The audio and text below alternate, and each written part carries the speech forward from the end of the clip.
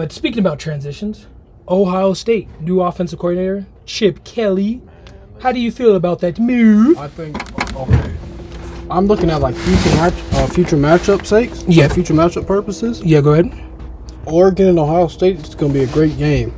But I wouldn't be surprised if, and I know this is going to sound crazy, this take might age like sour milk, but I'll stand on it. But like Dan Lanning will probably have Oregon ready to play, man.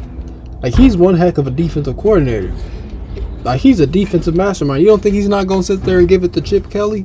Oh, true. Now, don't get me wrong. They'll probably be talk playing, to them while I finish. They'll probably be playing chess. Most definitely on both sides of the ball. And there are probably times on third down where we'll see a lot of, like, great play calls and great formations and all that. But, man, I'm intrigued to see how that goes. I'm not too excited to see Michigan play Ohio State. And, Ohio State, this should be a make-or-break year for them, realistically. Right. They literally picked up all those pieces out the transfer portal to build into the engine. So, we got to make sure. We got to make sure they actually get it together and get everything going. Right. So, some things about Chip Kelly to keep in mind. When he was the head coach at UCLA, previous role before the Buckeyes, Kelly led the Bruins to the most rushing yards per game in the Pac-12 conference. In each of the past two seasons, 237.2 yards in 2022 and 197.9 yards in 2023. He also, like in the spring game, what was interesting is that he actually saw him do some interesting T formations, a lot of backfield stuff where he's using a lot of 3-back formations in like the first outing of the spring game from what I saw on Instagram. But what's going to be interesting, I think... Is that dude from 24/7 Sports? Yeah. Oh, dude, yeah. So, Ohio State also delivered its lowest average scoring output in a dozen years last season, posting 30.5 points per game. The Buckeyes went all in on transfer portal additions and staff adjustments, including the hire of Kelly with hope of realigning the offensive firepower for 2024. So, the reason, I guess he said he went to Ohio State and left UCLA was because of the relationship that he had with Ryan Day. So that seemed good, but also I think Ryan Day probably also reached out to him because Bill O'Brien has not shown any ability to win games from an offensive coordinator position since the early 2000s of when he was an offensive coordinator for the New England Patriots. Now, this is just my opinion, right? So I could be factually wrong, but I'd say Bill O'Brien's tenure at Alabama hasn't exactly... I wouldn't say it wasn't all that great. I don't even think they won a chip. When he was there, to be honest, Nope, because... It was when Lane Kiffin. Yeah, last time they won the chip it wasn't Kiffin, it was Sark.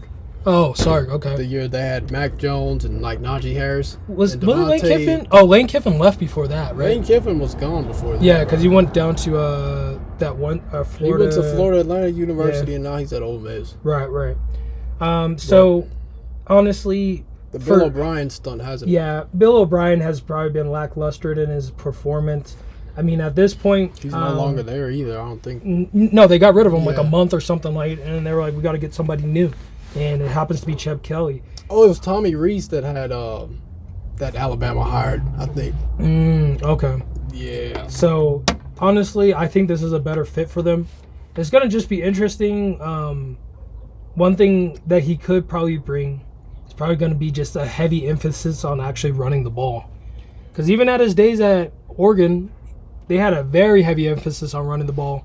I wonder if that Ohio State O-line is great. Well, looking great this season. Well, I guess we'll probably have to go look more towards it to see who they got from the transfer portal as well as other staffing people. But what it seems like I'd be interested to see him actually develop just running the ball and actually getting laterally with some of those running backs out into space. Right. I think they're going to be probably more aggressive in attacking the edges. I mean, they did a good job of getting, like Marvin Harris Jr., when he was getting the deep balls that they would throw. That's exactly what I expect from a top prospect like that. Right. It's the best way to get points on the board and the best way to get your best ball player the ball in open positions. But being able to... Man, I wonder how they're going to replace Marvin Harrison Jr. next season, man. Yeah, we'll see if they pick... Honestly, that transfer portal... I think the receiver class will stack, too. My thing is, that transfer portal could get you another top receiver same day, basically, like Amazon shipping. compared to actually having to like get like I a think new they did get recruit. receivers in the transfer portal. Exactly, because there was that year Alabama got that Ohio State receiver, and he was bailing. Garrett Wilson. Yeah, he was bailing him. He was bailing him out a couple times. Was it? No, Garrett Wilson went to. Oh no. Jameson Williams. Yeah, remember how many times he was bailing him out? Yeah, you remember how, like they were like, "What do we do? Yeah, Jameson oh no, Williams, where do we go?" And then soon enough, long deep ball. Yeah, He's like, "We're here." Jameson Williams. Now I remember. Yeah, because sometimes who they have, where they're getting things going for them. They're like, "All right, we'll just toss it to him because he's a vet." Yeah, I remember that. He was literally like the Larry Fitzgerald, like on that, for that year. It was literally crazy. that championship game probably would have gone a lot more different If they would have got to him. injured. Yeah, that, and then they could have got active with him earlier, sooner, I think too. Yeah, had he not gone down, that was unfortunate. He got injured. True. So, honestly, my opinion on Chip Kelly stepping in as an offensive coordinator, I think this is going to be nice. I think he's not going to have to worry about so many other things and just focus on the offense, which he loves to do. Right. Run-wise, I'd like to see him attack, really just hit sidelines as hard as he can, because even just seeing those T formation clips, you can see they were really getting outside the tackles, the tight ends, lining up 3 behind the quarterback and just being like, beat us with these 4 backs in here. Right. And a lot of it is, somebody was talking about what is that offense that they used to run at Texas Tech? It's not run shoot, not spread. It wasn't pistol, but basically Mike Leach would talk about there'd be weeks where if we knew we could beat these people running, we would just run the ball and just run it disciplined well. And they didn't have a whole lot of plays, but they were just disciplined in their assignments. Mm-hmm. When we had to pass the ball, we were just disciplined when we had to air the ball out. So it's kind of like the same thing like you see Army and Navy, like when they actually win some of those games, they're just very disciplined in running the ball. That makes me so mad. Oh, dude, freaking...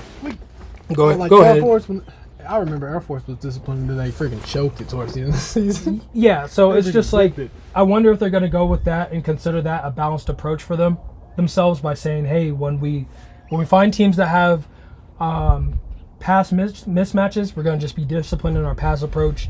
And if we have to run it, for a bailout on a 3rd and 2, then we do it, and then we reset on every down going forward. Mm-hmm. Or when you go with a run approach, I think he's going to hit sidelines hard. But it's going to be interesting because I think he may pull out some wild cards and really start running the ball in between the guards and tackles. Because having disciplined offensive linemen mean you can do the pulls. And typically Ohio State has like disciplined O-line. Exactly. Like you can do the pulls. Like you can pull a guard, you can pull a tackle, you can get your centers out in the front when pulling them to loop around a tackle or a tight end. Then also that also means disciplined receivers that when they come in motion or tight ends that come in motion, they can crack and hit hard. Cracking down on inside linebackers, corners, and safeties. So, and then just passing the ball is going to come down to, I think, airing it out. Honestly, all right. Like the air raid offense, just airing it out. So we'll see how they attack and try to get mismatches. When the linebacker, because everybody's going to be probably loading boxes with dime formations or nickel, because they just know like this is just how he's going to play. So, you got any other closing opinions on Chip Kelly? We'll see how they do this season. Mm-hmm. I think the Oregon game will be like a preview of the Big Ten. We got a Big Ten championship. Good call. Good hire, bad hire. Where do you rank this hire for Ohio State? I don't know, man. After what happened at UCLA, it's kind of like, sheesh. What exactly did bro do? Especially, they were doing good. Remember, we saw them play in person. Yeah, we did. And they completely pooped the bed against Jed Fish on the road. Well, but even then, Jeff Fish had them. I think they went on to knock off 4 ranked opponents that year. They had like a really good year. Now, it's going to be interesting seeing Arizona go forward with who they're going to have to deal with. Let me see, OSU football. I just want to see their schedule. Football schedule. So, let's see. So, they may, honestly. But, so they got to pay Akron first game. So Michigan State versus Ohio State is going to be a good game. Iowa versus Ohio State is going to be a good game. Oh, that Nebraska versus Ohio State is going to be a good one, too. Look at that. Oh, my God. Ohio State versus Michigan State. Iowa versus Ohio State. Ohio State versus Oregon. Then Nebraska versus Ohio State. Then Ohio State versus Penn State. Yeah, they got some. I think Matt Rue's going to get him around. I mean, they got that quarterback, Dylan Raiola, but like other than that, It's fair. So, but yeah, let us know your guys' opinion. Do you think this was a good hire for Ohio State to get them in the right direction? Do you think this was like a mishire? Do you think they should have kept Bill O'Brien instead? Or do you think this is going to actually help get Ohio State over those humps of actually being able to beat Michigan, maybe even make a deep playoff run this next year, considering they're going to expand it to 8 teams, I believe, this year. So let us know in the comments below. yeah, man, this will certainly be a great. That'll just certainly be a great matchup for both programs. So that flight's going to be crazy. Oregon to Ohio. Oh, yeah, that's true. The travel transportation behind that might play a factor. They play because they typically play in the mornings. So we'll see.